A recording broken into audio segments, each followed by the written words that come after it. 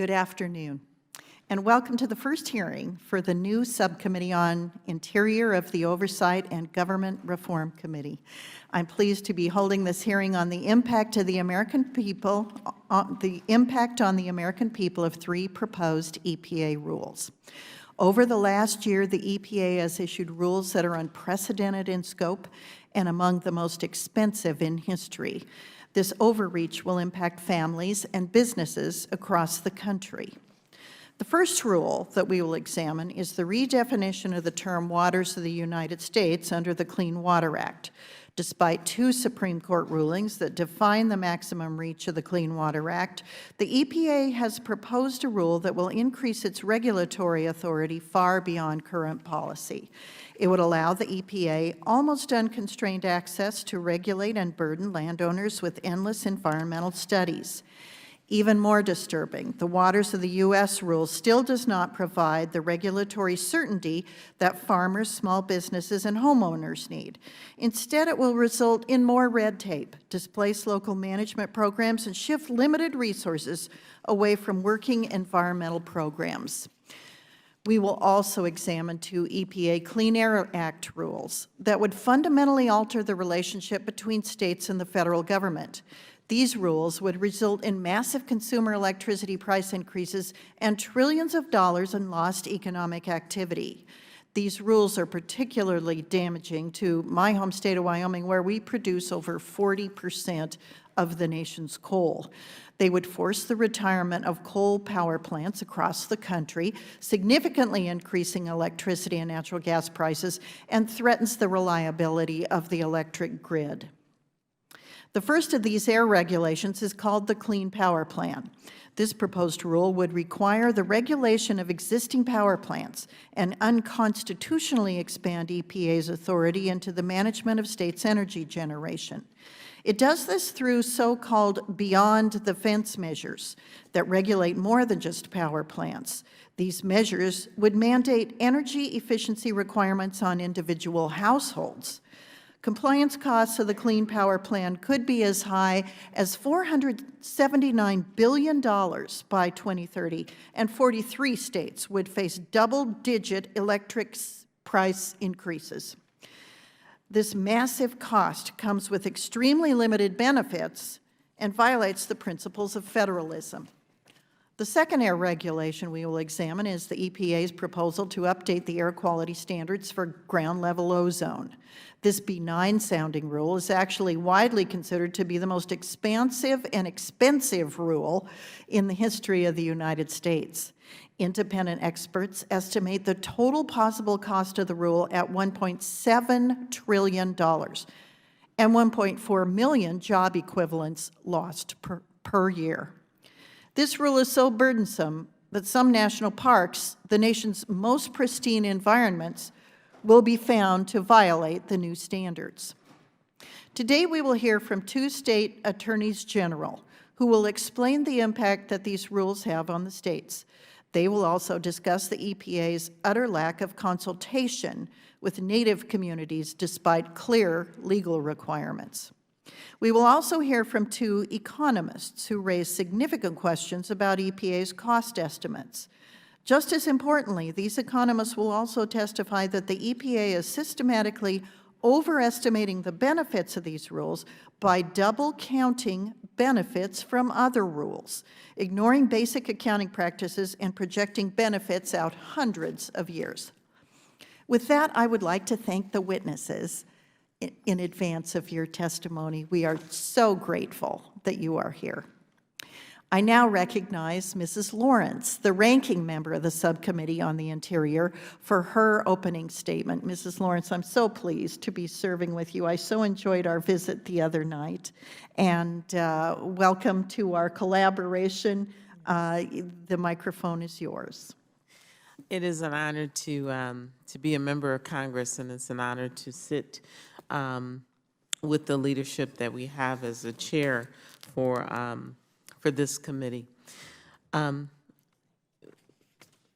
Thank you, Madam Chairwoman. I want to thank you for holding this hearing, and I want to thank our witnesses for their testimony today. In a special message to Congress in 1970, President Nixon stated, and I quote, "As a concern with the condition of our physical environment has intensified, it has become increasingly clear that we need to know more about the total environment, land, water, air. Indeed, the present government structure for dealing with environmental pollution often defies effective and concerted efforts. In proposing that the Environmental Protection Agency be set up as a separate new agency," and I'm continuing my quote, "I am making an exception to one of my own principles that as a matter of effective and orderly administration, additional new independent agencies normally should not be created.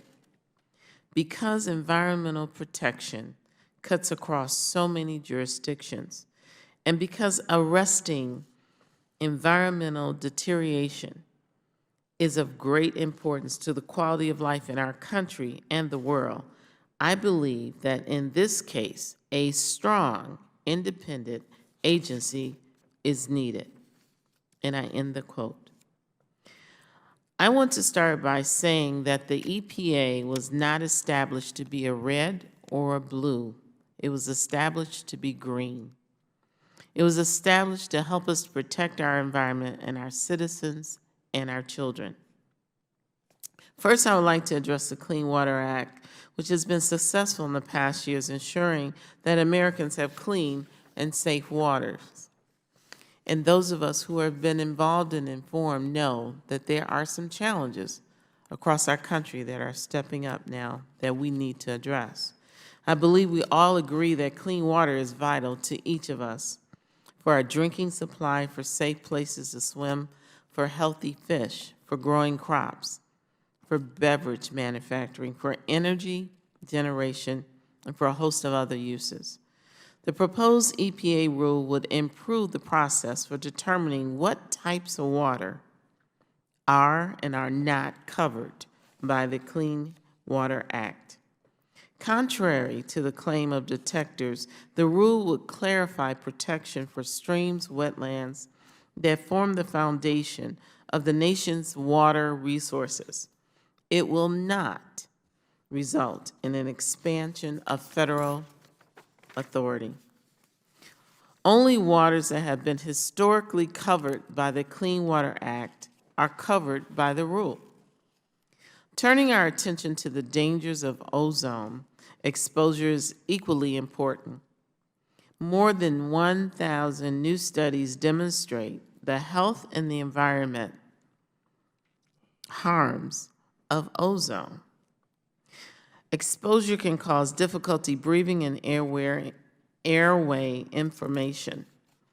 Ozone exposure is likely to cause permanent death or lung disease. Children often suffer from a disproportionate burden of ozone-related health impacts because of their lungs and other organs are still developing. Nearly 26 million people have asthma in the United States, including 7.1 million children. Fortunately, over 40 years ago, Congress passed the Clean Air Act to protect public health and the environment. May I continue? Yes. Okay. Recently, EPA has proposed a new national air quality standards for ozone to lower the ozone in the atmosphere from 75 parts per billion to a range of 65 to 70 parts per billion by the year 2030.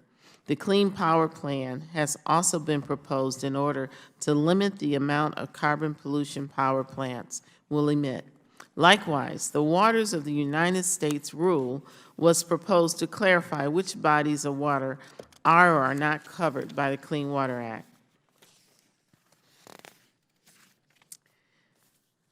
History tells us that environmental regulations do not cause an economic calamity. In fact, in the past 40 years, the CDP has increased by 212% since the Clean Air and Clean Waters Acts were enacted.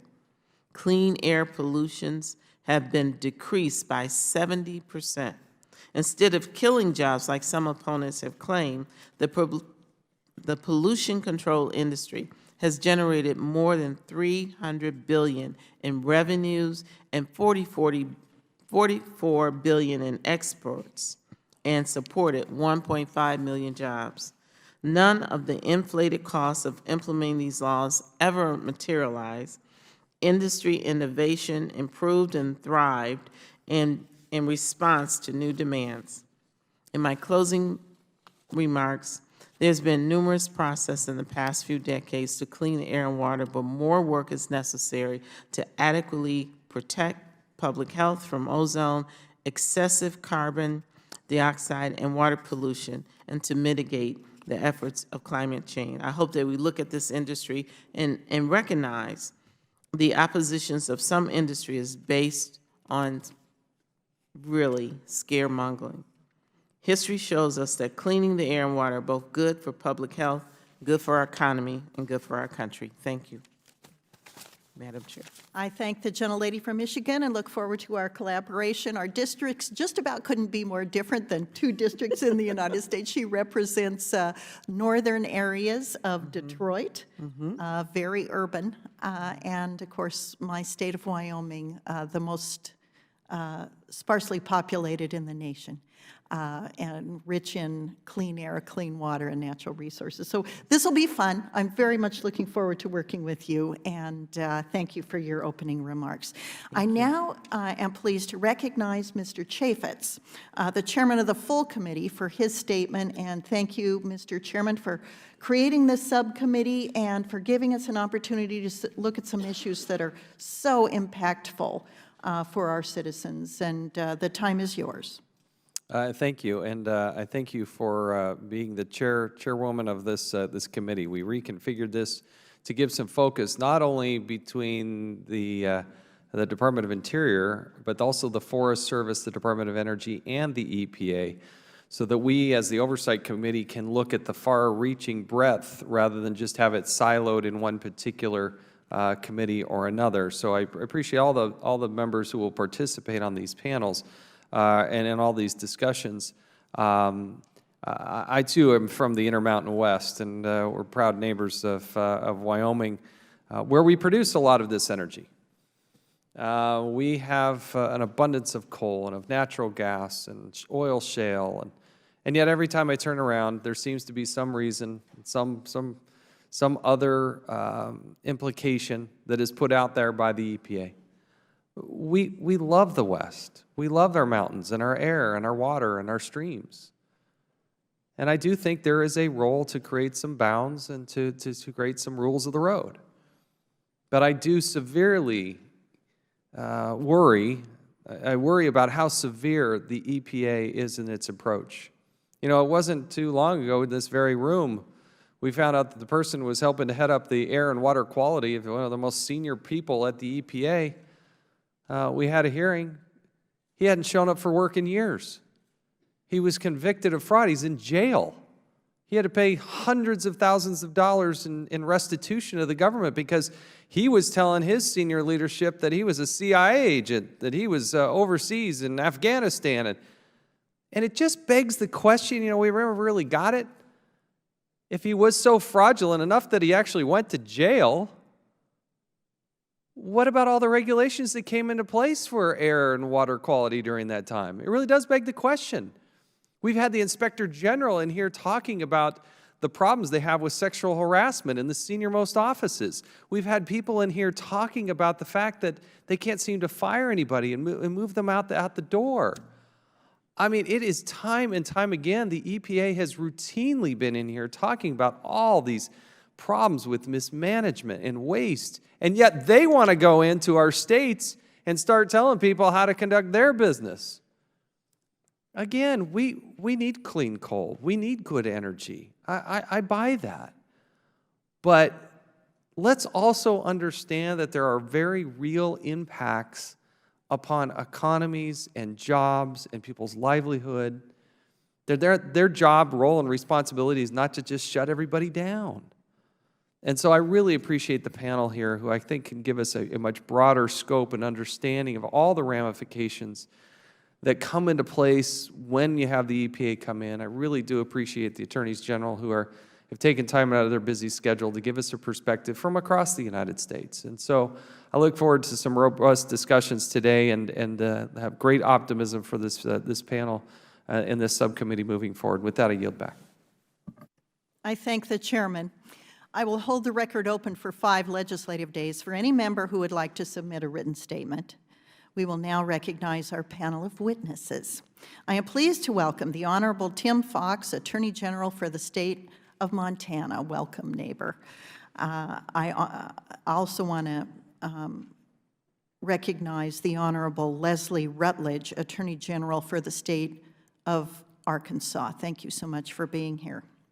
Dr. David Harrison, Senior Vice President at National Economic Research Associates Economic Consulting. Dr. Harrison, thank you. Dr. Ann Smith, Senior Vice President at NERA Economic Consulting. Thank you for your presence. And also Dr. Susan Tierney, Senior Advisor at the Analysis Group. Welcome all. Pursuant to committee rules, all witnesses will be sworn in before they testify. Please rise. Please raise your right hands. Do you solemnly swear or affirm that the testimony you're about to give will be the truth, the whole truth, and nothing but the truth? Thank you. Let the record reflect that all witnesses answered in the affirmative. Please be seated.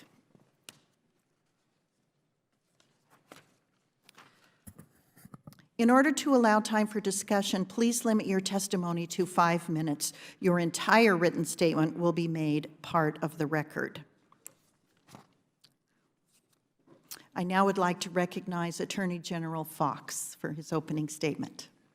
Chairman Lummis, Congresswoman Lawrence, members of the committee, thank you for inviting me to speak here today. And I am Tim Fox. I'm the Attorney General of Montana. And if I may, without hopefully offending any of the other members of the committee, Congresswoman Lawrence, you'll be glad to hear that I am a Detroit Tigers fan. Go Tigers. I'll speak briefly this morning of my concerns with 3 regulatory initiatives by the United States Environmental Protection Agency. 2 are rulemaking proposal, and 1 involves an unprecedented action by EPA to exercise a preemptive veto of a Section 404 permit. In a proposal published in the Federal Register April 21st of last year, EPA proposes to amend the definition of, quote, waters of the U.S., end quote, in such a way that would extend the reach of the Clean Water Act to virtually all interstate and intrastate waters and all lands which could potentially affect such waters. Montana is, for the most part, a headwater state blessed with waters of exceptional quality, and the people of Montana have taken steps to fully protect that priceless resource. Those steps begin with our state constitution, which provides comprehensive protections for our waters. We have implemented those constitutional safeguards through the 1971 Montana Water Quality Act and regulations to implement the Act. Based on its Water Quality Act, Montana sought and was granted primacy to implement the Clean Water Act's permit system in the state, but even beyond the permit protections, the Montana DEQ has broad authority to prevent pollution. The point is that Montana has taken primary responsibility for its land and waters, as was assumed by Congress when it enacted the Clean Water Act, and there is no justification for extending the reach of the Clean Water Act in our state. The overreach impinges indirectly on our state's sovereignty and offends Congress's stated intention in the Clean Water Act to recognize, protect, and preserve the primary rights of the states to manage their lands and water resources. The second problematic proposed rule is EPA's June 18, 2014 existing source proposal under Section 111D of the Clean Air Act. I joined the Attorneys General of 16 other states in comments on that proposal, but I also filed separate comments with Chairman Darren Oldcoyote of the Crow Nation, and I want to talk just a minute about those comments. I grew up in Hardin, Montana, on the Crow Reservation, and developed a deep appreciation both for the Crow people and the problems they faced and continue to face. The Crow Nation has huge undeveloped coal reserves and one operating mine, the Upsolica mine, which provides 2/3 of the Crow Nation's annual non-federal budget and is by far the largest private employer on the reservation. Unfortunately, one of the very likely effects of EPA's existing source rule would be to kill the market for the coal produced by the Upsilica mine, which is nearly all sold to Minnesota utilities. This will in turn kill the mine, in turn causing drastic loss of services and employment on the Crow Reservation. EPA has a legal duty under Executive Order 13175 to ensure meaningful and timely input by tribal officials in the development of regulatory proposals that affect tribes. But aside from two, quote, "Dear Tribal Leader," quote, form letters, nobody from the agency contacted the Crow Nation directly in a government-to-government contact as required by Executive Order 13175 and the presidential memo which implements the order. Given the consequences of the proposed rule to the Crow Nation, this doesn't seem like a sufficient effort on the part of EPA. Third and lastly, the matter I want to address today is EPA's involvement in their actions relating to the proposed Pebble Mine project in Alaska. In 1979, the EPA promulgated a rule providing the administrator could prohibit the specification of a site under Section 404C before a permit application has been submitted to or approved by the Corps or a state. This authority up to now has never been used to issue a preemptive veto. However, last year, the EPA proposed to use the authority to issue a preemptive veto before any formal application for a permit had been prepared or filed by the developer of the Pebble project. As Montana's Chief Legal Officer, it concerns me gravely that we could see a situation in our state where the administrator of a federal agency preemptively vetoes a development proposal before we have an opportunity to receive, review, and comment on an application for permit. Chairman Lummis, Congresswoman Lawrence, members of the committee, thank you again for giving me some time here today to speak on behalf of the people of Montana. I have submitted a more comprehensive written testimony for your consideration, and I'm happy to answer any questions you may have. Thank you. I thank the gentleman and look forward to visiting with him some time about the Purple Cow restaurant in Hardin, Montana that I used to frequent when I was a younger gal. Chairman Lummis, if I may, my mother was the hostess at the Purple Cow. Oh my gosh. Oh, that was one of my favorite places. I have pictures of the Purple Cow, at the Purple Cow. The chair now recognizes the Attorney General of the state of Arkansas, Ms. Rutledge, for 5 minutes. Chairman Lummis, Ranking Member Lawrence, members of the committee, thank you for inviting me to speak with you all today. My name is Leslie Rutledge, Arkansas Attorney General. I'm here today to give you a sense of our state, one that is a rich natural heritage and is known across the nation as the natural state for our rolling hills, dense woodlands, miles of rivers and lakes, how it will be impacted by the overreaching regulations of the Environmental Protection Agency. Specifically, the EPA exceeds its legal authority in 3 recently proposed rules: the Clean Power Plan, more stringent ground-level ozone standards, and changes to the definition of the waters of the United States. As Attorney General, I represent the interest of Arkansas's utility ratepayers. These are hardworking Arkansans. Some own their own small businesses. Some run multi-generational family farms from Fayetteville to Warren, from Texarkana to Jonesboro, and all points in between. I have heard great concern about the EPA's proposed Clean Power Plan. The rule requires Arkansas to meet an almost 45% reduction in carbon emissions from electric generating units by 2030. This is the 6th highest rate of reduction in the nation, imposed upon a state that ranks 46th in per capita income. This is a rule that the EPA does not have the legal authority to issue. The EPA regulates coal-fired power plants, such as the one in Independence County, where I grew up, under Section 112 of the Clean Air Act, not Section 111D. The law cannot be more clear. It specifically prohibits the EPA from invoking 111D where the source category is regulated under Section 112. The proposed rule mandates what each state must achieve rather than providing guidelines and procedures for states to use. This is a serious overreach of the EPA's authority and different from the implementation of any other limits set under the Clean Air Act. My opposition to this rule begs the question whether I'm for clean air. I certainly am, and I can say confidently that all Arkansans are in favor of clean air. But the rule goes beyond the EPA's authority to regulate air pollution. It imposes a misguided national energy policy and seeks to control the state's regulation of energy generation and usage.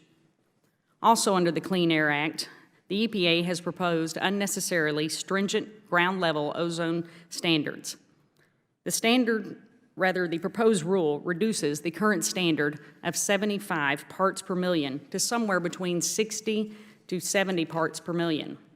A decrease to 60 parts per million will have a devastating effect on Arkansas. At that level, almost all of Arkansas would likely be a non-attainment. Anyone who has visited Arkansas would be hard-pressed to believe that our beautiful mountains have a smog problem. Years of non-attainment would directly set back economic recovery that we have achieved in the past few years. Likewise, the EPA's attempt to clarify the definition of the waters of the U.S. is so expansive that it could likely control land use activities over most of the United States. As Arkansas's Attorney General, this is a major concern for me because this would drastically impact our farmers and ranchers. Rather than clarifying, the rule complicates current law. The process for determining jurisdiction becomes a maze for both regulators and for the public to navigate. Arkansas's agricultural community would be left with increased uncertainty over the Clean Water Act. Agriculture is essential to our economy, and according to the Arkansas Farm Bureau, agriculture provides $16 billion annually and 1 out of every 6 jobs in the state. While the EPA and the U.S. Army Corps of Engineers have repeatedly offered verbal assurances that agriculture need not worry about the scope of the proposed definition of waters of the United States, farmers in Arkansas are worried because of the actions of the agencies, not their words. For example, in 2014, the Corps took action against a Tennessee row crop farm, determining that a field was considered waters of the U.S. Arkansas farmers worry that everyday activities such as plowing and applying fertilizer and pesticides will subject them, just like our neighboring state in Tennessee, to federal jurisdiction under the Clean Water Act. While each of these rules would cause great harm to Arkansas on their own, the cumulative effect cannot be overstated. This administration is intent on following an agenda that ignores the plain language passed by Congress and has created a perfect storm of federal regulation that will result in economic disaster for Arkansas. Arkansans believe in protecting our environment. We take great pride in being the natural state, take pride in supplying the world with food and growing jobs in our state. I thank Chairman Lummis, Ranking Member Lawrence, and other members of the committee for the opportunity to address you all today, and I welcome your questions. Thank you. Thank you, General Rutledge. Before I recognize Dr. Smith, it appears we may be interrupted by votes. We will hear the entirety of Dr. Smith's opening statement for 5 minutes. If votes have been called, then we will take a break for about 25 minutes while the members of the committee go and vote and then return to hear the opening statements of Dr. Harrison and Dr. Tierney. So with that, Dr. Smith, you are recognized for 5 minutes. Thank you, Chairwoman Lummis, Ranking Member Lawrence, and other members of the committee. Thank you for the invitation to speak at this hearing. I'm Ann Smith of NERA Economic Consulting. My testimony today is my own. It does not represent a position of my company or any of my clients. This hearing is about the impacts of EPA regulations, and I will address some insights and issues about the comparisons of the benefits and the costs of 2 major regulations that EPA is presently proposing. The first, the Clean Power Plan, is to reduce electricity sector emissions of carbon dioxide, and the other is a tightening of the Ozone National Ambient Air Quality Standard, or the NAAQS. My colleague to my left here, Dr. Harrison, will be testifying on high costs of these regulations in analyses that we have done together at NERA. And I agree with all that he will have to say. but in what I'm going to be saying right now, I'm going to focus on EPA's own estimates of the benefits of these two rules and how they compare to costs. And for these comparisons, I will only use EPA's own lower cost estimates. My bottom line is that EPA's analyses of both of these rules offer a far weaker case that the benefits of those rules will exceed their costs than one would believe from listening to EPA's press releases or reading the regulatory impact analyses. First, for the Clean Power Plan, or CPP. EPA's comparisons of the costs and the benefits of the CPP falsely suggest that climate benefits will exceed costs during the period of implementation 2020 through 2030. When correctly presented, EPA's own estimates reveal that it finds the CPP will cost more than $180 billion by 2030 in present value terms, and that the present value of its cumulative climate benefits are not expected to exceed that $180 billion of cost until more than 100 years later. Furthermore, EPA's estimates of those climate benefits are global benefits, all countries of the world, and the benefits to the U.S., including future U.S. generations, not just current U.S. generations, are not expected to exceed that rule's costs, even under the most pessimistic projections of potential climate impacts that EPA is using in its regulatory impact analysis. Now I'll turn to the proposed ozone NAAQS revision. A tightening of the current ozone NAAQS could be much more expensive than the proposed Clean Power Plan. And yet, for this rule, EPA does not estimate that this rule's ozone-related benefits will exceed its costs, even using EPA's own cost estimates. So how then can EPA claim that the benefits of the ozone NAAQS will, and I quote, outweigh its costs by as much as 3 to 1? And the answer is that they pad the benefits estimates with so-called co-benefits. Co-benefits, these are estimates of benefits that are based on projections of coincidental changes in a completely different pollutant than ozone, a completely different pollutant than the target of the regulation. And these are coincidental reductions projected to occur in fine particulate matter, or PM2.5, which are a subject of their own regulatory coverage under a NAAQS. EPA has a long tradition of making rules appear to have benefits that exceed their costs by adding such massive doses of co-benefits from PM2.5. In fact, these co-benefits also appear in the benefit cost analysis for the CPP, the climate rule that we're talking about.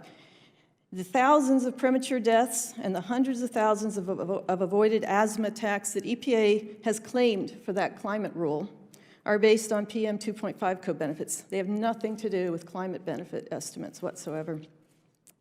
I've written and testified previously on the problems with what I have called EPA's co-benefits habit. And I referenced the writing that I've discussed in my written testimony. To just very briefly summarize here, even the administrator's statements about the health benefits of PM2.5 imply that these co-benefits may not exist at all. And that's because they are based on changes in PM2.5 concentrations that are already below the protective level of the PM2.5 ambient air quality standard. But even if they did exist, they should not be used to promote regulations that have nothing to do with PM2.5, such as these two EPA proposals that I've talked about, which are intended not to reduce PM2.5, but to deal with climate impacts and ozone exposures. Using co-benefits in this way is a recipe for creating economically inefficient policies for managing those purported risks of PM2.5, while it also misleads the public on the need for more costly regulations of these other two pollutants. Thank you very much for your attention, and I'll answer questions later if you're interested. We are interested, Dr. Smith. Thank you very much for your testimony. Votes have been called on the floor. The subcommittee will reconvene shortly after the end of the last vote. So if you could all return shortly after last votes, we would deeply appreciate it. The subcommittee stands in recess and with bated breath to hear the testimony of Dr. Harrison and Dr. Tierney.